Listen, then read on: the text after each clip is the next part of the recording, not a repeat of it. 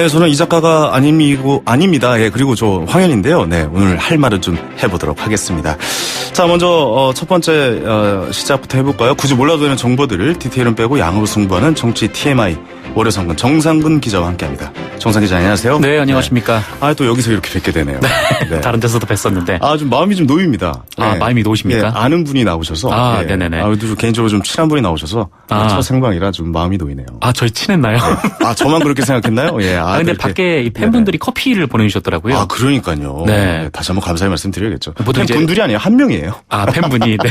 네, 분들이 아닙니다. 그리고 이제 팬분이 보내주실 때 막 캔 같은 데다가 잘 부탁드립니다 이런 걸 써서 보내주시잖아요. 네네네. 근데 건조하게 아메리카노. 그러니까요. 시럽 이렇게 보내주셨더라고요. 남자거든요. 예. 자, 첫 소식부터 출발해 보도록 하겠습니다. 조국 법무부 장관 이야기를 안 할 수가 없습니다. 후보자 논란을 둘러싸고 여러 의혹들이 제기가 되고 있는데 이것 좀 쏟아지고 있어요, 의혹이. 좀 정리해 주셔야 될 것 같아요. 너무 많고 또 복잡해가지고 정리가 잘 안 되는데. 그렇습니다. 말 그대로 지금 여러 가지 의혹들이 제기가 되고 있는 상황인데요. 그 의혹의 핵심, 그러니까 지금 주로 제기되는 의혹의 핵심은 바로 조국 후보자의 동생입니다. 제기된 의혹들이 이 동생을 중심으로 지금 나오고 있는 상황이에요. 그렇죠. 사실 이 조국 후보자의 동생이 이혼을 했든 안 했든 이 조국 후보자가 법무부 장관 하는데 크게 상관은 없습니다만 또 이제 개인 사생활을 놓고 이런저런 추측을 하거나 또 의혹을 제기하는 것도 부적절합니다만 좀 몇 가지 제기된 의혹의 경우에는 이 조국 수석이 직간접적으로 연결이 돼 있거나 또 법적 도덕적 문제가 제기가 될 수도 있는 그런 의혹들입니다. 아무래도 그렇겠죠. 예. 네, 그래서 일단 가장 먼저 있었던 일부터 시간 순으로 좀 말씀을 좀 드리면요. 그 웅동학원이라는 사학법인이 하나 있는데요. 이 조국 후보자 부친이 소유한 그 사학법인입니다. 이 조국 후보자 부친이 이사장을 맡았다가 2010년부터는 그 어머님이 이사장을 하고 계세요.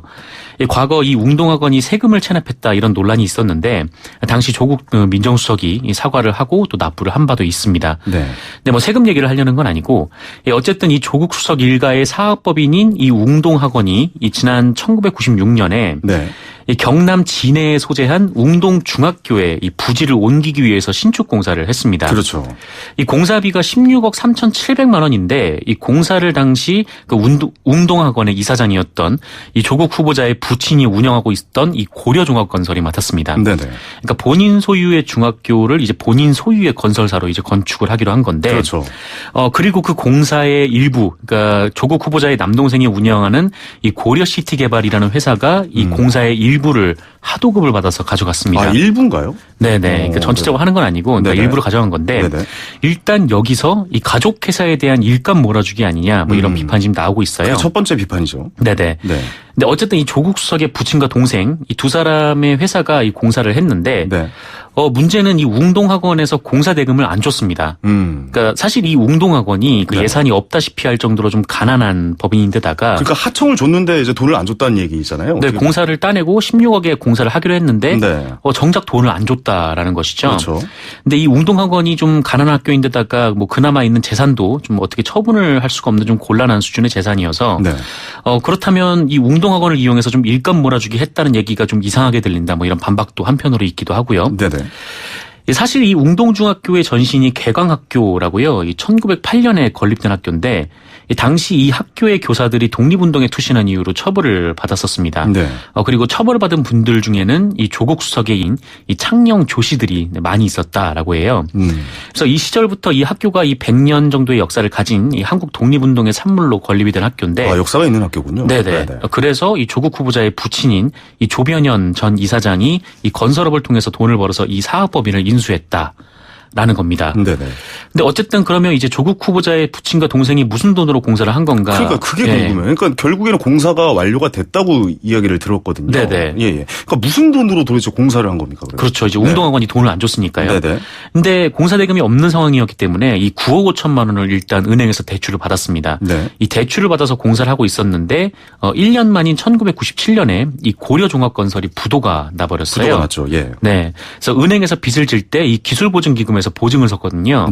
그래서 일단 은행빚은 기술보증기금이 갚았습니다만 이 대신 기술보증기금에서 이 고려종합건설 그리고 이 동생회사인 고려시티개발의 구상금을 청구를 합니다. 이거는 당연한 절차고 또 승소를 했죠. 그런데 이 문제로 인해서 이 조국 후보자의 부모님과 남동생에게 거액의 빚이 생긴 빚이 넘어간 거죠. 네. 예. 그게 이제 원금액 이자까지 합쳐서 42억 원 정도 되고요. 42억 원. 네. 예. 그리고 이 남동생이 운영하던 고려 시티개발도 2005년에 망했습니다. 네네. 그런데 이제 문제는 이제 2006년에 시작이 되는데요. 이 조국 후보자 동생이 그 2005년 10월에 네. 결혼을 합니다. 네네. 이때 결혼한 분이 바로 위장 이혼 의혹을 갖고 있는 네. 이 조모 씨이고요. 두 사람이 성이 이제 조 씨로 갔고요. 네네. 그리고 동생과 동생의 부인 조모 씨는 이 코바 C&D라는 새로운 회사를 설립을 합니다. 아, 이 굉장히 복잡하네요. 또 네. 새로운 회사가 또 나오고요. 네, 예. 새로운 회사가 또 나오죠. 네네. 그리고 이 청산된 고려시티개발, 그러니까 이미 망한 회사죠. 네. 이 고려시티개발의 공사대금 채권 청구 소송을 웅동학원에 제기를 합니다. 아, 그러니까 부모님을 상대로 이제 뭐 소송을 건 거네요? 네, 그런 셈입니다. 네, 부모님의 재단을 상대로 소송을 걸었는데 네. 그게 한 51억 원 정도 네. 소송 비용이 그 청구를 하는 그런 소송이었습니다. 네. 근데 여기서 또 의혹이 제기가 되는데, 그러니까 말씀하신 대로 이 웅동학원이 가족사업법인인데, 그렇죠. 이 가족의 일원인 남동생 부부가 뭐하러 소송을 걸었냐? 라는 거죠. 그러니까 명분이 뭐라는 얘기예요? 그러니까 도대체. 네. 그러니까 왜 소송을 건 겁니까, 그러면? 근데 일단 이 공사대금을 받지 못했기 때문에 네. 뭐 이런 점에 있어서는 소송을 걸 수 있습니다. 왜냐하면 이 사장한테는 집안일이지만 이 직원들 같은 경우에는 그걸 제대로 받아내지 못하면 이게 그 사장의 배임이 되는 좀 문제이긴 하니까요. 네네. 근데 이게 소송 자체가 문제가 되는 게 약간 형식적인 거 아니냐. 뭐 그런 의혹도 좀 제기가 되고 있잖아요. 맞습니다. 또 네네. 하나의 의혹이 이제 거기서 제기가 됩니다. 네네. 그런데 말씀하신 대로 그 조국 후보자가 연루된 내용이 거기서 나오는데 네. 이 웅동학원 측에서 바로 변론을 포기를 해버렸어요. 네네. 그러니까 공사대금을 안 줬으니까 이 웅동학원이 승소할 가능성은 별로 없는 상황이긴 했는데 그렇죠. 그래도 변론을 포기하는 건 좀 다른 문제라는 겁니다. 그리고 당시 웅동학원의 이사가 바로 조국 후보자였기 때문에 이사가. 네네. 예. 여기에 이제 조국 후보자가 연루된 것이다. 뭐 네네. 이런 주장을 지금 자유한국당에서 하고 있는데 네네. 그러니까 이게 변론으로 넘어가서 재판을 다루게 되면 이 동생 부부에 좀 문제가 드러날 수 있다라는 거예요. 그러니까 문제가 뭐냐면 아까 동생과 동생 그 와이프가 부인이죠. 이 코바 예. C&D라는 회사를 만들었다라고 그렇죠. 말씀드렸잖아요. 네. 근데 이 코바 C&D라는 회사가 이 앞서 이제 고려 시티개발이라는 회사로부터 네. 이 웅동학원에 대한 일종의 청구권을 가져오게 됩니다. 네네네. 그런데 이 가져오는 과정이 좀 이상하다는 거예요. 왜냐하면은 고려 시티개발은 2005년에 망했는데 네. 2006년에 이 청구권을 가져왔다. 라는 서류가 남아있다라는 겁니다. 그러니까 이미 망한 회사가 1년 만에 부활을 해서 이 청구권을 줬다라는 것이죠. 이게 그렇죠. 이제 자유한국당의 주장인데 네. 한마디로 이제 위조 채권이라는 주장인 거죠. 때문에 이게 변론으로 넘어가서 재판에서 좀 다툼이 있게 되고 나면은 이 동생 부부의 위조 채권이 드러날 우려가 있다. 그렇기 때문에 이 소송을 포기하고 이 사실상 웅동학원의 재산을 남동생 부부에게 넘긴 거다. 이 편법 증여한 거다. 이런 주장이 제기가 되고 있는. 편법으로 증여를 한 것이다. 네, 그런 상황입니다. 근데 이게 도대체 이혼이랑은 또 무슨 연관이 있는 건지 좀 설명을 해주셨으면 좋겠어요. 네. 그 이혼이랑 좀 연결이 되는 거는 그 이혼한 동생의 부인이 웅동학원에 이후에 또 소송을 겁니다. 네네. 그러니까 10년 뒤인 2017년인데 네. 일단 처음에 소송을 걸어서 이 웅동학원에 승소를 한 다음에 네. 이 동생과 동생 부부가 이혼을 합니다. 네네. 2009년에 이혼을 하는데 근데 그 이혼이 위장 이혼이다라는 또 썰이 있잖아요. 그렇게 주장을 하고 있는 거죠. 네네. 근데 2017년에 그 이혼한 동생의 부인이 또 소송을 걸었다는 거는 좀 한참 뒤에 있는 일이잖아요. 그래서 이게 좀 시점상으로도 좀 이상하고 애매하다라는 건데 그렇죠. 또 그 전이 2013년에 이 조국 후보자 동생이 회사명을 코바 C&D에서 카페 휴고라는 이름으로 바꾸고 이 대표직을 이미 이혼한 부인 조모 씨에게 넘겼습니다. 그리고 조모 씨가 이 채권 시효가 만료되는 것을 막기 위해서 2017년에 다시 공사대금 청구 소송을 내는데 네네. 여기서 또 웅동학원이 변론을 포기해서 패소를 했습니다. 아, 변론을 아예 안 한 거군요. 네, 또 안 한 셈이 되는 거죠. 네네. 그러니까 이 웅동학원의 총 자산이 127억 원인데 이 동생 부부에게 가야 되는 돈이 한 100억 원이 넘게 되는 좀 그런 상황이었던 거죠. 네네. 그렇다면 이 웅동학원이 왜 변론을 포기했을까가 의문인데요. 이 법조계에서는 두 가지 가능성을 보고 있습니다. 네. 첫 번째는 인정할 수밖에 없는 명백한 소송이었다. 뭐 그 가능성이 하나 있는 거고. 아, 그러니까 뭐 이거 변론을 재개해봤자 네. 어차피 패소한다. 네, 어차피 패소한다. 뭐 이런 의견이 하나 있고요. 네, 그런 의견 하나 있고. 네. 두 번째는 그 원고와 피고 간의 모종의 합의가 있는 거 아니냐. 그러니까 여기에 이제 의혹이 좀 제기가 되는 부분이잖아요. 네, 자유한국당 쪽에서는 이렇게 주장을 하고 있습니다. 그렇죠. 그러니까 조국 후보자 동생 부부가 빚을 갚기 위해서 그 위장 이혼을 한 뒤에 그러니까 빚을 따로 책임을 지기 위해서 위장 이혼을 한 뒤에 네네. 이 웅동학원에서 재산을 빼내기 위해서 위장 소송을 했다는 건데 네네. 이 남동생은 워낙 빚이 좀 많은 상태였으니까 이 채권이 그 부인한테 넘어가지 않게 하기 위해서 그 이혼을 해서 별도로 재산을 관리했다. 뭐 그런 의혹인 셈이죠. 그러니까 결국 쉽게 표현해서 빚을 떠안기 싫어서 그냥 넘겼다. 뭐 이렇게 좀 봐도 되는 겁니까? 어떻습니까? 네, 그런 주장을 하고 있습니다. 그런 주장을 하고 있는 거죠. 네네. 조국 후보자는 어떤 입장입니까 지금? 조국 후보자는 뭐 내일이라도 청문회를 열어달라 뭐 이렇게 주장을 하고 있습니다. 뭐 고위공직자 후보로서 의혹들을 감당하고자 하지만 이 실체적 진실과 의혹은 많이 다르다라고 반박을 했는데 네. 일단 뭐 조국 후보자가 뭐 어떤 해명을 내놓으면 이게 정치권이 일반적으로 좀 거기에 맞받아치면서 이 자진 사퇴를 주장을 하기 때문에 그렇죠. 이 청문회 일정을 잡아서 좀 청문회를 열면 이 생방송으로 해명하겠다 뭐 그런 뜻으로 보여지고 있습니다. 근데 지금 자유한국당에서는 청문회 일정을 왜 지금 안 잡고 있는 겁니까? 더 의혹이 나올 것이다라고 보는 겁니까? 아니면 이거 가지고 좀 부족하다 뭐 이렇게 생각을 하고 있는 겁니까? 일단 장관 후보자로 지명된 사람이 한 8명 정도 되기 때문에 네네. 이 사람들에 대한 준비를 다 하기에는 시간이 너무 빡빡하다. 아니 근데 조국 수석 지금 조국 이제 전 수석 그러니까 후보자죠. 조국 후보자한테 너무 집중이 돼 있잖아요. 네네. 그러면 다른 후보자는 검증 안 한다는 얘기입니까? 어떻게 되는 겁니까? 뭐 다른 후보자도 뭐 상임위별로 검증을 할 수 있겠지만 일단 뭐 자유한국당에서는 조국 후보자를 뭐 잡기 위해서 계속 이렇게 주장을 하고 있는 것 같습니다. 여기 올인을 하고 있는 거죠? 그러면? 네, 뭐 그런 셈이죠. 알겠습니다. 그러면 저는 오늘 또 터진 또 일이 있어요. 조국 후보자의 딸과 관련된 의혹이 또 제기가 됐죠. 네, 딸과 관련된 의혹이 있습니다. 네네. 딸이 의학전문대학원에 진학한 뒤에 이 2차례 낙제를 했는데 이 지도교수로부터 3년간 이 6학기 동안 1,000만 원이 넘는 장학금을 받았다. 네, 한국일보 보도였습니다. 네네. 그런데 사실 이 장학금은 교수 개인이 만든 장학금이에요. 그러니까 학교 돈이 아니고요. 네.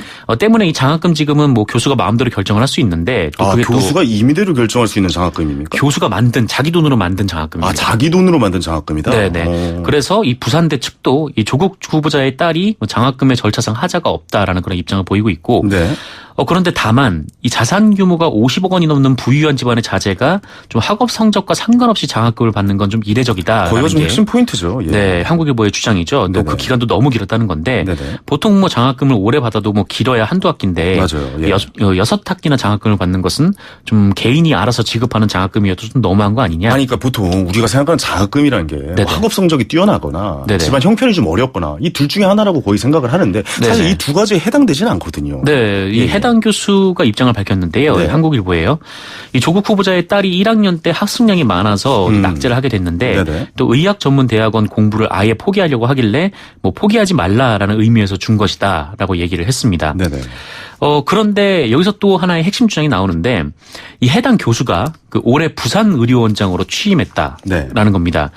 때문에 당시 청와대 민정수석이었던 조국 후보자가 이 딸에게 호의를 보인 그 A 교수의 의료원장 임명에 영향을 미친 거 아니냐 이런 의혹을 지금 한국일보가 제기하고 있는 상황인데. 그러니까 뭔가 대가성으로 장학금을 지급했다. 그렇죠. 뭐 이렇게 근데 이게 보고 있군요. 네, 대가성으로 나와버리면은 좀 사실 상당히 좀 심각한 문제. 이거는 굉장히 큰 문제죠. 네, 이긴 한데요. 되면 만약에 다만 이 한국일보 보도 정도로는 이 대가성이 있는지 혹은 이 조국 후보자가 인사에 입김을 미쳤는지 이 부분에 대해서는 보도 나온 바가 없기 때문에 확신할 수는 없는 또 그런 상황이고요.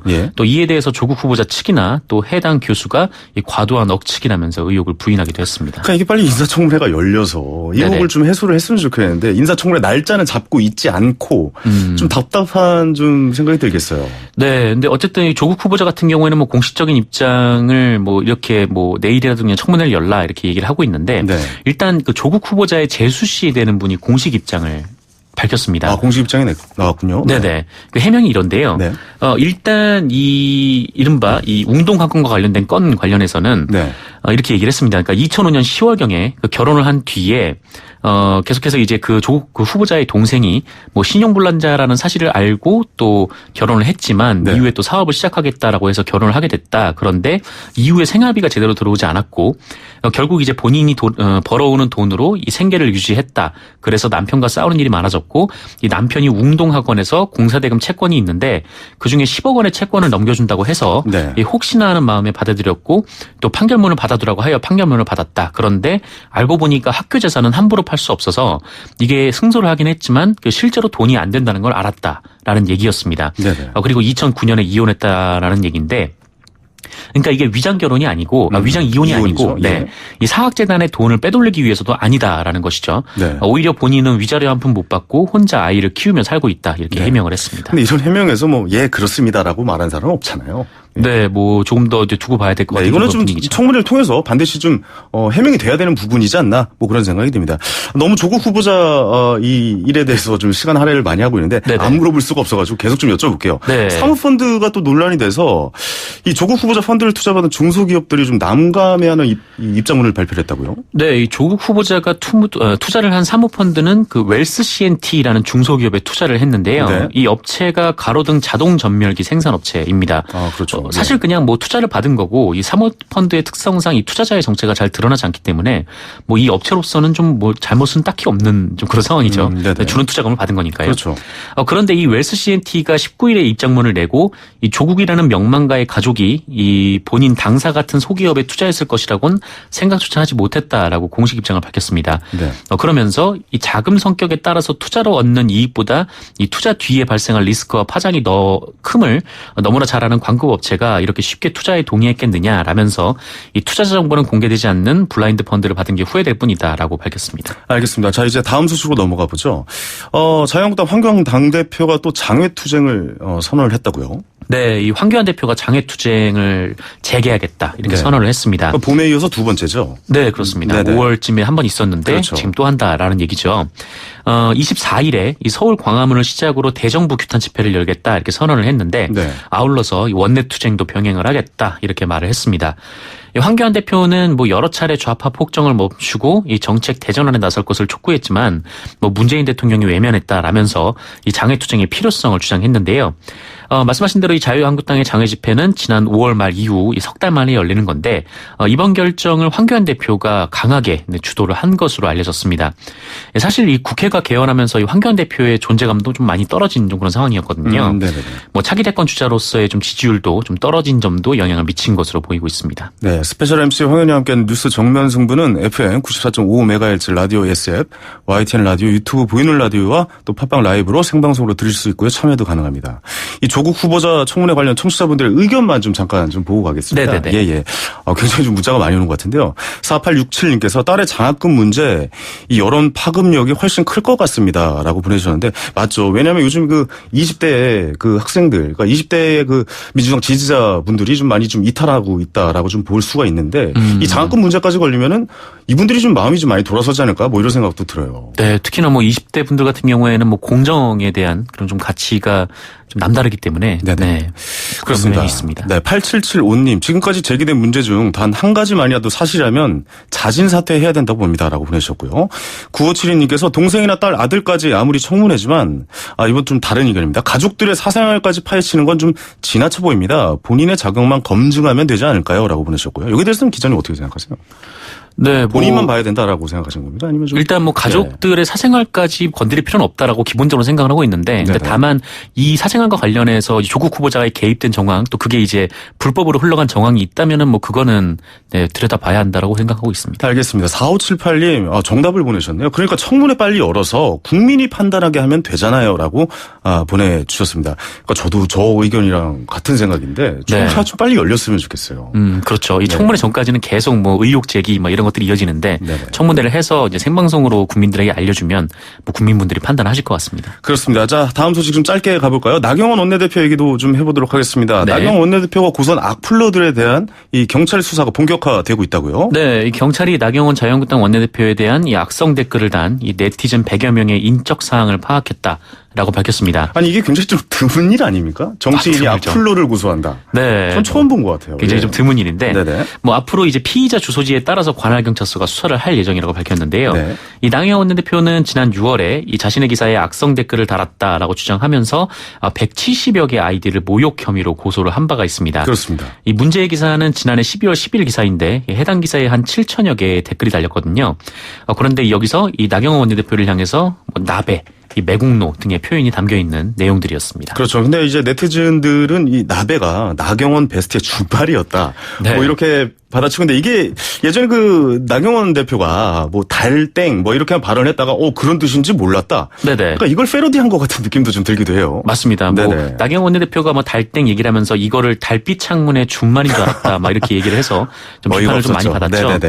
그랬더니 이제 네티즌들도 뭐 나배가 뭐 어때서 뭐 나경원 베스트인데 네, 이렇게 주장하고 있는 그렇죠. 그런 상황입니다. 네네. 또한 이 나경원 원내대표가 지난 광복절에 이 상해 대한민국 임시정부를 방문한 자리에서 방명록에 이 대한민국을 뭐 대일민국 이렇게 보이게 이 글자를 흘려 쓴 것과 관련해서 이 네티즌들은 나경원 원내대표의 그 한인자지만 그 일자로 보이는 글씨를 그대로 가져와서 뭐 대일민국 정치인 나경원 베스트 뭐 이런 식으로 네, 게시글을 달고 있는 상황입니다. 그렇습니다. 그게 참 오해할 만할 법도 한데요. 근데 그게 사실상 의도하고 그렇게 썼을까라는 생각은 들지는 않는 것 같습니다. 네, 뭐 의도를 하지는 않은 것 같은데 네, 어쨌든 비판은 나오고 있습니다. 알겠습니다. 오늘 말씀 감사합니다. 지금까지 정치 TMI 정상근 기자였습니다. 자, 1부 여기까지고요. 2부에서는 이용주 의원 인터뷰가 이어집니다.